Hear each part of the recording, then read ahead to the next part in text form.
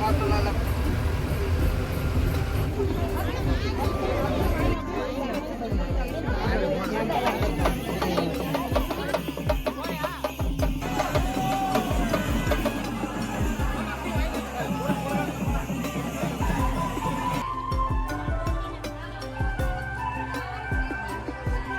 வணக்கம். இந்த வீடியோவில் நம்ம ஊர் கும்பாபிஷேகத்துக்கு தீர்த்தம் எடுத்து போனதுலேருந்து தீர்த்தத்தை கொண்டாந்து கோயிலில் சேர்த்துற வரைக்கும் என்னென்ன நடந்ததுங்கிறத ஒரு சின்ன வீலாக எடுத்துருக்கோம். எங்கள் ஊர் வந்து ஈரோடு மாவட்டம் சென்னிமலை பக்கத்தில் வந்து கொத்தம்பாளையங்கிற ஒரு சின்ன கிராமங்க.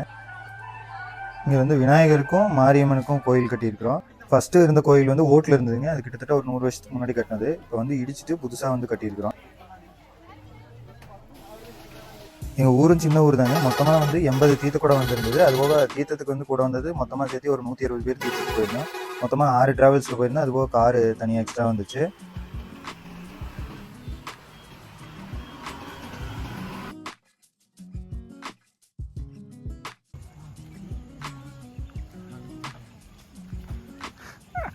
தீர்த்தம் எடுக்கிறதுக்கு பவானி பக்கத்தில் தலவாப்பேட்டைங்கிற ஊருக்கு தான் போயிருந்தோங்க.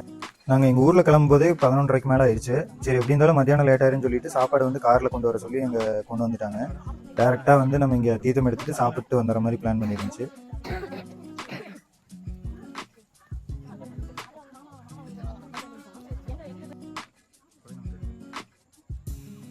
இங்கே லொக்கேஷன் சூப்பராக இருந்துச்சு. சாப்பிட்றதுக்கு தனியாக மண்டபம் மாதிரி முன்னாடி ஒன்று இருந்துச்சு. வண்டி நிறுத்துறதுக்கும் பிரச்சனை இல்லை.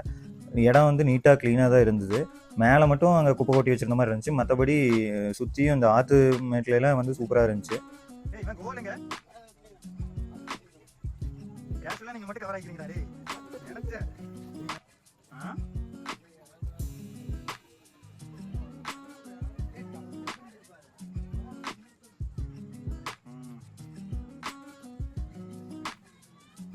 எங்களுக்கு டிசம்பர் 1ஆம் தேதி கும்பாபிஷேகம். நாங்கள் 29ஆம் தேதி நவம்பர் 29 சனிக்கிழமை தீர்த்துக்கு போயிருந்தோம். காலையிலேருந்து தூரிகிட்டே தான் இருந்துச்சு மழை. நாங்கள் போகிற வழியிலையும் தூரிட்டு இருந்துச்சு, அங்கே போய் தூரிகிட்டே தான் இருந்தது. கொஞ்சம் மட்டும் கேப் விட்டுருச்சு தீர்த்தம் எடுக்கிறப்ப.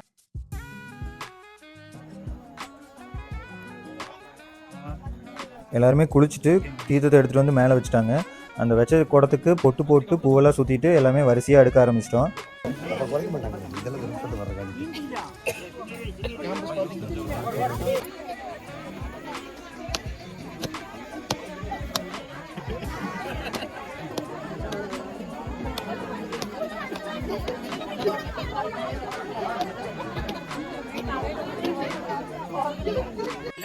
மொத்தமாக எல்லாத்தையும் அடுக்கி ஒரே இடத்துல வச்சுட்டு பூஜை பண்ணிட்டு கிளம்பிட்டோம்.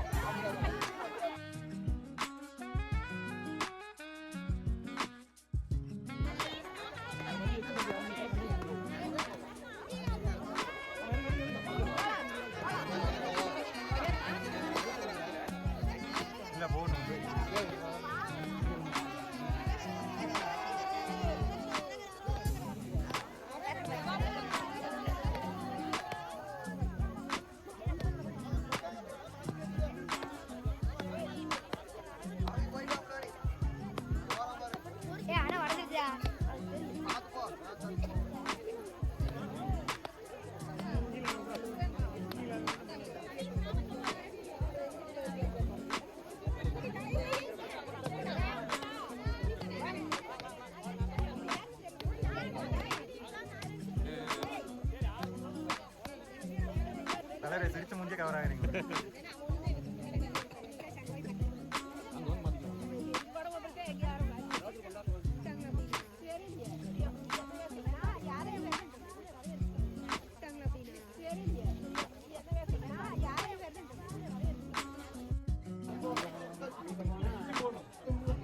தீர்த்தம் எடுத்துட்டு வெளியே கரைக்கு வந்தோடனையும் ஆலமரத்தடியே இப்போ விநாயகர் ஒன்று வச்சுருக்குறாங்க. அங்கே வந்து சின்னதாக ஒரு பூஜை பண்ணிவிட்டு அப்படியே சுற்றி வண்டியில் ஏறியாச்சு.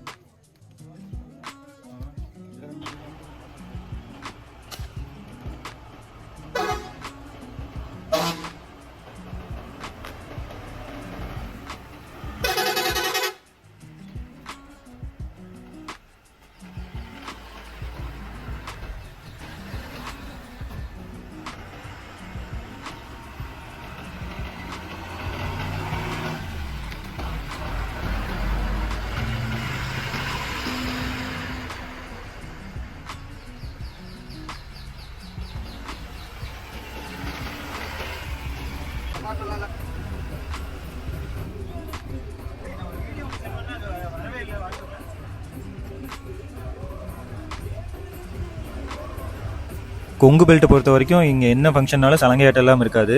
அதே மாதிரி இப்போ தீர்த்தம் கொண்டு போய் இறக்கினாலும் கோயில் வரைக்கும் போகிறதுக்கு சலங்கையாட்டத்தோடு தான் போவோம். இப்போ நாங்கள் கிளம்புனோடையுமே பசங்களுக்கெல்லாம் கூப்பிட்டு சொல்லிட்டோம்.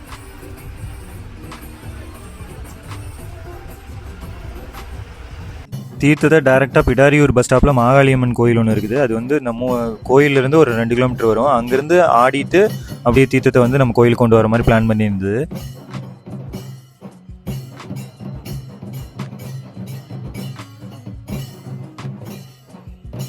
மழை வேறு விடாமல் தூரிகிட்டே இருந்தது. ஆடுவோமா இல்லையானே தெரியாத மாதிரி டவுட்டில் இருந்துச்சு. சரி, இருந்தாலும் பசங்க வந்து சலங்கை கட்டிட்டாங்க. அங்கே அடிக்கிற ஆளுகளும் வந்து காய்ச்ச ஆரம்பிச்சிட்டாங்க. எப்படி இருந்தாலும் ஆடத்தான் போகிறோம், மழை பெஞ்சாலும் பரவாயில்ல, ஆடிட்டே போயிடலாம் அப்படின்ட்டு.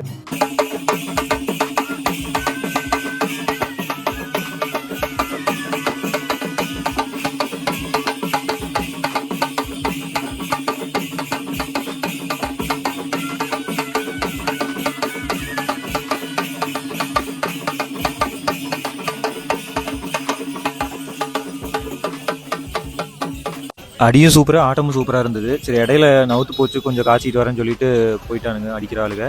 சரி, நாங்களும் ரெஸ்ட்டு போட்டுக்கலாம்னு சொல்லிட்டு கொஞ்சம் நேரம் ரெஸ்ட்டு போட்டுவிட்டோம்.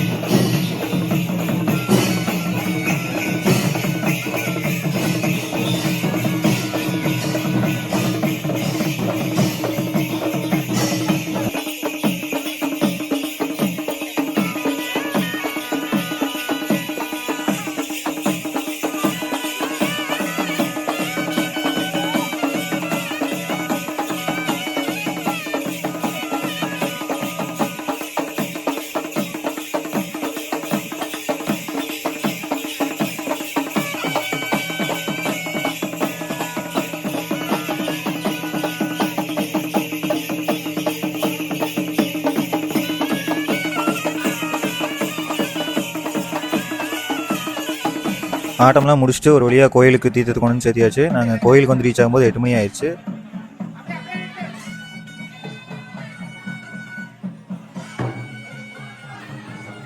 எல்லோரும் உள்ளே கொண்டு வந்துட்டு கீழே இறக்கி வச்சுட்டு மறுபடியும் திரும்பி போகிறது கஷ்டமாக இருக்கும் அப்படின்னு சொல்லிட்டு ஒவ்வொருத்தராக ஸ்டெப்பில் வரிசையாக நின்றுட்டு கீழே இருந்தே வாங்கி பாஸ் பண்ணி நாங்களே உள்ளே அடுக்கி வச்சிடலான்னு சொல்லிட்டு வரிசையாக நின்று அடுக்கி வச்சிட்டோம்.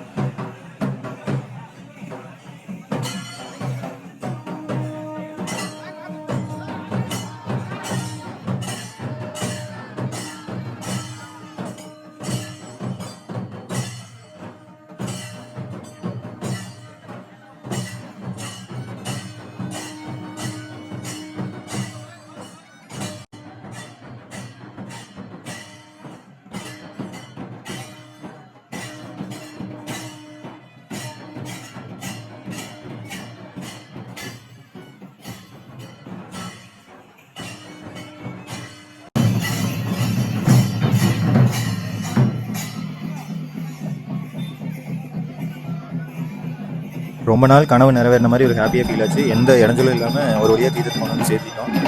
அது ரொம்ப சந்தோஷமாக இருந்துச்சு.